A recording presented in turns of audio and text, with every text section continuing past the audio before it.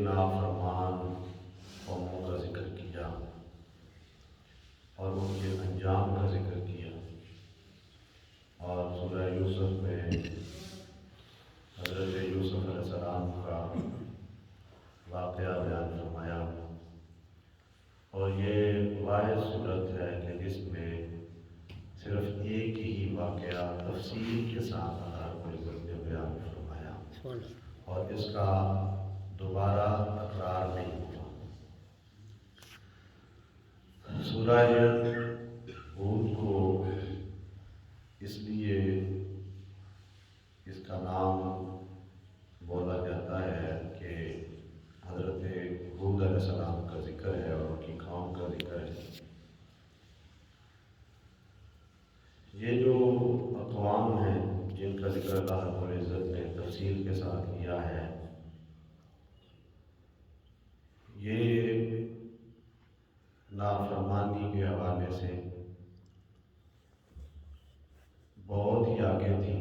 اللہ رب العزت نے ان کو بڑے انعامات سے، بڑے جو ہے وہ قوت سے، بڑی جرأت سے نوازا تھا۔ اتنی نعمتیں ملنے کے باوجود بھی انہوں نے اللہ کے نبیوں کا حکم نہیں مانا۔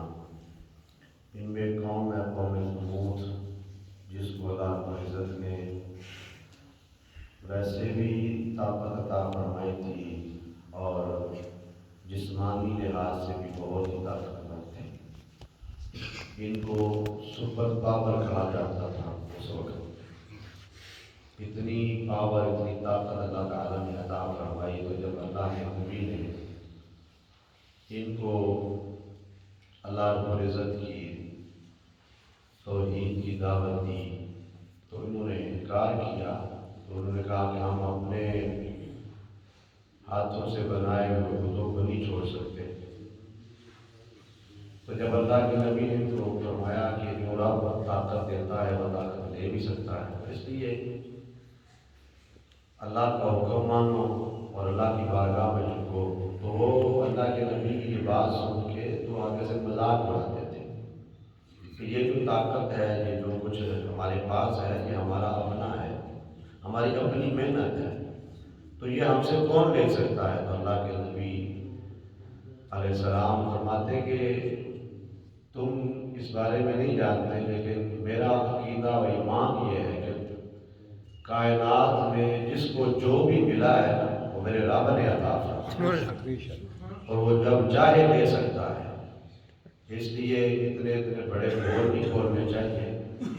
ان قریب اللہ کا تمہاری اس نافرمانی کی وجہ سے عذاب بھی آ سکتا ہے، لیکن وہ نافرمانی کرتے رہے، اللہ کے نبی کی بے ادبی اور گستاخی بھی کرتے رہے اور ان کے حکم عدولی بھی کرتے رہے۔ اس وجہ سے اللہ رب العزت نے اس قوم کو تباہ و برباد کر دیا۔ نبی کریم صلی اللہ علیہ وآلہ وسلم نے جب ان اقوام کے جو احوال ہیں وہ پڑھے تو نبی اکرم صلی اللہ علیہ وآلہ وسلم کے چہرے کے جو تاثرات تھے وہ تبدیل ہوئے۔ تو صحابہ اکرام رضوان اللہ علیہ اجمعین نے عرض کی کہ آقا، آج تک آپ کے چہرے مبارک پر اس طرح کے اثرات ہم نے نہیں دیکھے کہ آپ بہت پریشان ہیں، اور اس طرح پریشان ہیں کہ جس طرح کوئی بوڑھا جو ہے نا اپنی اولاد کے احوال کو دیکھ کے تو پریشان ہو جاتا ہے، تو اس طرح آپ کے چہرے مبارک پر تاثرات ہیں۔ تو نبی کریم صلی اللہ علیہ وآلہ وسلم نے فرمایا کہ صحابہ، مجھے خوف ہے کہ یہ جو اقوام ہیں ان کے احوال پڑھ کے کہیں میں بوڑھا نہ ہو جاؤں۔ یعنی اللہ رب العزت نے اس انداز میں ان واقعات کا ذکر کیا، اور اس ذکر کرنے کا مقصد کیا تھا کہ جو آنے والی امت ہے اور نبی اکرم صلی اللہ علیہ وسلم کی ان کا احوال پڑھ کے وہ سمجھ جائے کہ یہ جو کچھ بھی ہے یہ اللہ رب العزت کی عطا ہے، تو اس میں بقا اسی صورت میں ہی ہو سکتی ہے۔ یعنی یہ جو کچھ ہے تمہارے پاس یہ اسی صورت میں باقی رہ سکتا ہے کہ آپ اللہ تعالیٰ کے فرما بردار بندے بن جائیں۔ اور اگر فرما بردار بندے نہیں بنیں گے تو اللہ تعالیٰ جس طرح نعمت دیتا ہے اسی طرح نعمت لے بھی سکتا ہے۔ اللہ رب العزت نے یہاں پہ یہ بھی ذکر فرمایا کہ جو قوم اپنی جو ہے وہ حالت میں نہ بدلتی خود، تو اللہ رب العزت بھی اس کی حالت نہیں بدلتا۔ پھر اس کے بعد سورہ یوسف کے اندر جو واقعہ بیان کیا گیا، بڑا تفصیل واقعہ، اس کے لیے کافی وقت درکار ہے۔ سب سے پہلی بات کہ اس کے بیان کرنے کا مقصد کیا تھا۔ اللہ رب العزت نے اپنے محبوب کو یہ دکھایا کہ جس طرح یہ مکہ والے آپ کو پریشان کرتے ہیں، یہ آپ کے اپنے ہیں، تو اپنے ہو کے جب پریشان کرتے ہیں تو آپ ان کے پریشان کرنے پر پریشان ہو جاتے ہیں۔ تو اللہ تعالیٰ نے فرمایا کہ محبوب یہ جو پریشان کرنے والے ہیں نا، یہ مغلوب ہو جائیں گے اور اللہ تعالیٰ آپ کو ان پر غالب کر دے گا۔ یعنی یہ معقوم ہو جائیں گے اور آپ کو اللہ رب العزت ان پر حکومت عطا فرمائے گا، ان پر حاکم بنائے گا۔ اب یہ پورا ایک جو واقعہ اگر آپ پڑھیں نا شروع سے لے کے آخر تک قرآن پاک نے جو بیان فرمایا، تو اس میں یہی چیز ہے کہ بھائیوں نے کس طرح آپ کے ساتھ زیادتی کی، ظلم کیا، کہ آپ کو کنویں میں پھینکا، پھر آپ نے کس طرح تکلیفیں برداشت کی، جو ہے وہ مصر پہنچے، وہاں بازار میں آپ کو بیچا گیا، آپ کی بولی لگی، پھر آپ پر جو ہے وہ بہتان لگا، پھر اللہ رب العزت نے اس آزمائش سے نکالا، پھر آپ قید میں رہے اور اتنا عرصہ قید میں گزارا، اور اس قید میں بھی صعوبتیں برداشت کرتے رہے، اور سب کچھ جو ہے برداشت کیا کس لیے؟ اللہ کی رضا کے لیے۔ اپنوں کے ظلم کو بھی برداشت کیا، غیروں کی زیادتی کو بھی برداشت کیا، سب کچھ برداشت کیا۔ تو کس لیے کیا؟ کہ اللہ رب العزت راضی ہو جائے۔ تو اللہ تعالیٰ نے پھر اس کا انعام کیا عطا فرمایا؟ جب صبر کی انتہا کر دی تو اس کا انعام یہ عطا فرمایا کہ قید سے نکال کے اللہ نے اسی ملک کا حکمران بنا۔ وہ مالک جب دینے پہ آتا ہے نا، پھر وہ اس طرح نوازتا ہے کہ بندے کی سوچ سے بھی زیادہ بندہ سوچ بھی نہیں سکتا۔ اب بندہ اگر اپنے خیال کے مطابق سوچے تو ایک بندہ جو ہے وہ اس کو کنویں میں پھینکا گیا ہے، پھر اس کو راہ چلتے مسافر نے خریدا، اور پھر خریدا بھی چند کھوٹے درہم میں خریدا ہے۔ کھوٹے درہم جو ہوتے ہیں قیمت بھی کیا لگی ہے۔ یہاں پہ میں ایک بات کہنا چاہتا ہوں، اور جب کوئی اللہ رب العزت کے نبی کے ساتھ اس انداز میں زیادتی کرتا ہے، اللہ کے نبی کی اس انداز میں گستاخی کرتا ہے، پھر اللہ تعالیٰ اس کا امتحان بھی لیتا ہے، پھر اللہ اس کو آزمائش میں بھی ڈالتا ہے، پھر اللہ رب العزت اس قوم سے خود بدلہ لیتا ہے۔ اگر کوئی اور لے نہ لے لیکن اللہ خود لیتا ہے بدلہ لیا کہ نہیں لیا۔ وہ بھائی جنہوں نے کھوٹے درہم بیچا تھا، وہی بھائی اب لوٹ کے وقت آتا ہے کہ سوالی بن کے حضرت یوسف کے دربار میں آ جاتے ہیں۔ ان کو ہی اللہ رب العزت سوالی بنا کے یوسف کے دربار میں بھیج دیتا ہے۔ اب ذرا توجہ تو کریں کہ وہ کیسا وقت ہوگا کہ جب وہ اللہ کے نبی کے دربار میں وہ بھائی جنہوں نے اس طرح زیادتی کی، ان کو اللہ رب العزت نے لا کے ان کے دربار میں کھڑا کر دیا۔ اب وہ اپنی مرضی سے ان کو جو ہے وہ غلہ دے رہے ہیں۔ تو یہ اللہ رب العزت جب نوازتا ہے تو بے انتہا نوازتا ہے۔ اور پھر اس جو وقت گزرا قید میں، اس کو اللہ رب العزت نے بڑی خوبصورتی کے ساتھ بیان کیا کہ اس قید کے دورانیے کو اللہ کے نبی نے ضائع نہیں کیا کسی کام میں کہ کب نکلوں گا، پتہ نہیں کیا ہوگا، کیا بنے گا، نہیں، بلکہ جو مشن تھا اس مشن پہ قائم رہے۔ قید میں بھی آپ نے جو اللہ رب العزت نے ڈیوٹی لگائی تھی، جو آپ کے فرائض تھے، وہ سب انجام دے رہے تھے۔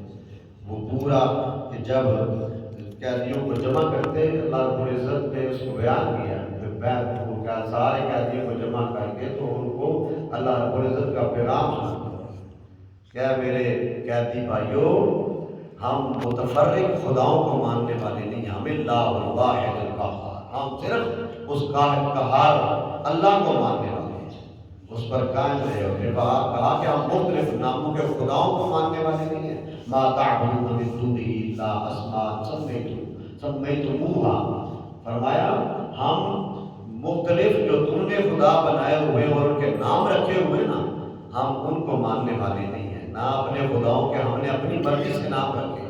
میرا تو اللہ وہ ہے کہ جو واحد اور قہار ہے۔ اس طرح پیغام سنا۔ ایک بڑا عجیب واقعہ ہے قید کے دورانیے میں کہ دو بندے خواب لے کے آ گئے کہ ہمیں خواب کی تعبیر بتائیں۔ ایک جو تھا وہ خان سامہ تھا اور دوسرا شراب پلاتا تھا بادشاہ کا۔ یہ ایک جو علماء نے اس پر بڑی لمبی ایک تفصیل بیان کی ہے، اس کو نہیں میں بیان کرتا، صرف اتنا بیان کرتا ہوں کہ یہ جو لوگ تھے ان کے ذہن میں یہ تھا کہ یہ جو بیٹھ کے باتیں سناتے ہیں نا ایسے اپنی طرف سے سناتے ہیں، ان کو پتہ کسی چیز کا نہیں ہے۔ تو انہیں یہ نہیں پتا تھا کہ ہم جن کے ساتھ مذاق کر رہے ہیں نا وہ کوئی عام بندہ تھوڑا ہے، اللہ نے اس کو اپنا نبی بنا کے بھیجا۔ خیال کرنا چاہیے نا بندے کو، دیکھ کے کوئی بات کرنی چاہیے کہ ان کا مقام و مرتبہ کیا ہے، ان کی شان کیا ہے۔ انہوں نے آ کے یہ خواب انہوں نے دیکھا نہیں تھا، ویسے ہی اپنی طرف سے بنا کے خواب سنایا۔ کہا کہ نہیں، ایک نے دیکھا کہ جو میں نے خواب میں دیکھا ہے کہ میں بادشاہ کو شراب پلا رہا ہوں، دوسرے نے کہا کہ میں نے خواب میں دیکھا ہے کہ میرے سر سے جو روٹیوں کا ٹوکرا ہے اور پرندے اسے جو ہے وہ روٹیاں کھا رہے ہیں۔ اب خواب تو انہوں نے سنا دیا، وہ خواب سنایا، تعبیر پوچھی۔ آپ نے تعبیر بتانے سے پہلے ایک بات ارشاد فرمایا کہ یہ اللہ رب العزت نے مجھے علم عطا فرمایا، یہ اللہ کی عطا ہے کہ میں خوابوں کی تعبیر بتاتا ہوں، یہ اللہ کی عطا ہے کہ میں خوابوں کی تعبیر بتاتا ہوں۔ لیکن اس سے پہلے پھر آپ نے پوری تبلیغ کی، پہلے تبلیغ کی کہ بتا کے یہ میں خواب کی تعبیر تمہیں بتاتا ہوں، لیکن پہلے میری یہ بات سنو۔ پورا تبلیغ کرنے کے بعد اللہ رب العزت کی وحدانیت کا اعلان کرنے کے بعد آپ نے پھر اس کی تعبیر بتائی۔ فرمایا کہ جس کے ساتھ سے پرندے روٹیاں کھا رہے ہیں نا اس کو سزا ہو جائے گی، اور جس نے دیکھا ہے کہ میں نے خواب میں جو ہے وہ شراب پلا رہا ہوں تمہارا بادشاہ کو، وہ آزاد ہو جائے گا۔ وہ مذاق کر وہ جس کو کہا نا کہ اس کو سزا ہوگی، وہ مذاق کرنے لگا۔ اس نے کہا دیکھو جی یہ کیسے ہو سکتا ہے، میں تو خواب دیکھی کوئی نہیں ہے، میں نے اپنی طرف سے بنا کے خواب سنا دی ہے، اور آپ نے آگے سے جو ہے وہ اس کی تعبیر بھی بتا دی، آپ کو پتہ ہی نہیں ہے کہ خواب ہے کہ نہیں۔ تو حضرت یوسف علیہ السلام نے جو الفاظ بولے، آپ نے فرمایا بھائی خواب ہے یا نہیں، لیکن جو میں نے کہہ دیا ہے وہ ہو کے رہے گا۔ یہ بات کی خواب ہے یا نہیں، میں اسی بات نہیں کرتا، لیکن جو میں نے کہہ دیا ہے وہ ہو کے رہے گا۔ پھر وہ جو بندہ آزاد ہوتا ہے تو پھر وہ وعدہ کرتا ہے کہ جب میں باہر جاؤں گا تو بادشاہ کے سامنے تمہارا ذکر کروں گا۔ یہ ایک بڑا قابل بندہ جو آپ نے قید میں رکھا ہوا ہے، جب واپس جاتا ہے اللہ تعالیٰ فرماتا ہے شیطان اس کو بلا دیتا ہے، پھر وقت آتا ہے، خواب دیکھتا ہے، بادشاہ تعبیر پوچھتا ہے، تو پھر اسے یاد آتا ہے۔ اسے جب یاد آتا ہے نا تو دوبارہ جب حضرت یوسف علیہ السلام کے پاس جاتا ہے بادشاہ سے پوچھ کے کہ ایک بندہ ہے جو خوابوں کی تعبیر بتاتا ہے، تو میں اس کو پوچھ کے آتا ہوں۔ اس نے جا کے جو سب سے پہلے الفاظ بولے نا وہ بڑے قابل ہو گئے۔ اس نے کہا یوسف ایھا الصدیق، اے یوسف تو صدیق ہے، تو کیا ہے؟ اب کہ میں صدیق کا معنی بتا، صدیق کا معنی کیا ہوتا ہے؟ صادق کا معنی ہوتا ہے سچا، صادق کا معنی کیا ہوتا ہے؟ سچا، اور صدیق کا معنی ہوتا ہے کہ وہ سچا، ایسا سچا ہوتا ہے کہ ایک بات تو سچ ہے جو بیان کر رہا ہے، لیکن ایک بات جس طرح انہوں نے کہا ہے جھوٹ تھی، لیکن اللہ تعالیٰ فرماتا ہے صدیق وہ ہوتا ہے کہ جو اس کی زبان سے نکلے وہ ہو کے رہے۔ صدیق وہ ہوتا ہے جو اس کی زبان سے نکلے وہ ہو کے رہے۔ تو حضرت یوسف علیہ السلام کو اللہ تعالیٰ نے قرآن پاک میں نبی کو یہ جو ہے لقب عطا فرمایا صدیق۔ تو کہا پھر خواب بیان کی، تو ساری جب خواب بیان کی اس کی تعبیر بھی پھر آپ نے بتائی، اور اس کی تعبیر اتنی جو ہے وہ کامل تعبیر تھی کہ جب بادشاہ نے تعبیر سنی تو اس نے کہا کہ اتنا قابل بندہ ہے، اور وہ جیل میں کہا کہ اس کو آزاد کرو۔ اس کو کیا کرو؟ آزاد کرو۔ آپ نے فرمایا ایسے آزاد تو نہیں، میں نہیں نہ ہوں گا، میرے اوپر جو بہتان لگا ہے جس کی وجہ سے میں نے اتنی جو ہے وہ قید کاٹی ہے، وہ مسئلہ حل بھی کوئی نہ ہو، وہ کیس جو ہے وہ سالو بھی کوئی نہ ہو، تو میں جا کے جناب میں کو مجھے آزادی مل گئی۔ کہا نہیں، پہلے وہ کیس جو ہے اس کو تو حل کرو نا جو مجھ پہ الزام لگا ہے۔ تو پھر عزیز مصر نے ان عورتوں کو بلایا، پھر اس سے پوچھا تو انہوں نے کہا کہ حاشا للہ، اللہ کی قسم ہے یہ جو صدیق ہے، یہ جو یوسف علیہ السلام ہے نا، یہ سچے ہیں، ہم جھوٹے ہیں، ہم جھوٹی ہیں، ہم نے ایک پر بہتان لگایا تھا، جو کچھ بھی کیا ہم نے کیا ہے، اس نے کچھ نہیں کیا۔ تو جب یہ گواہی عزیز مصر کے دربار میں ملی تو پھر آپ کو جو ہے وہ قید سے آزادی ملی۔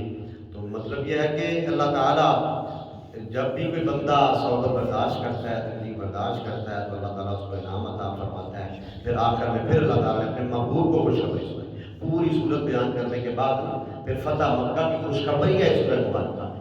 کہا کہ جس طرح حضرت یوسف علیہ السلام کو میں نے آزادی دی، پھر برکت کا حکمران بنایا، تو انہوں نے کہا لا تثریب علیکم اليوم، آج کسی کے لیے کوئی سزا نہیں ہے، سارے برابر ہیں۔ آج کے دن سب کو میں نے آزاد کیا، آج کا دن سب کے لیے آزادی کا دن ہے۔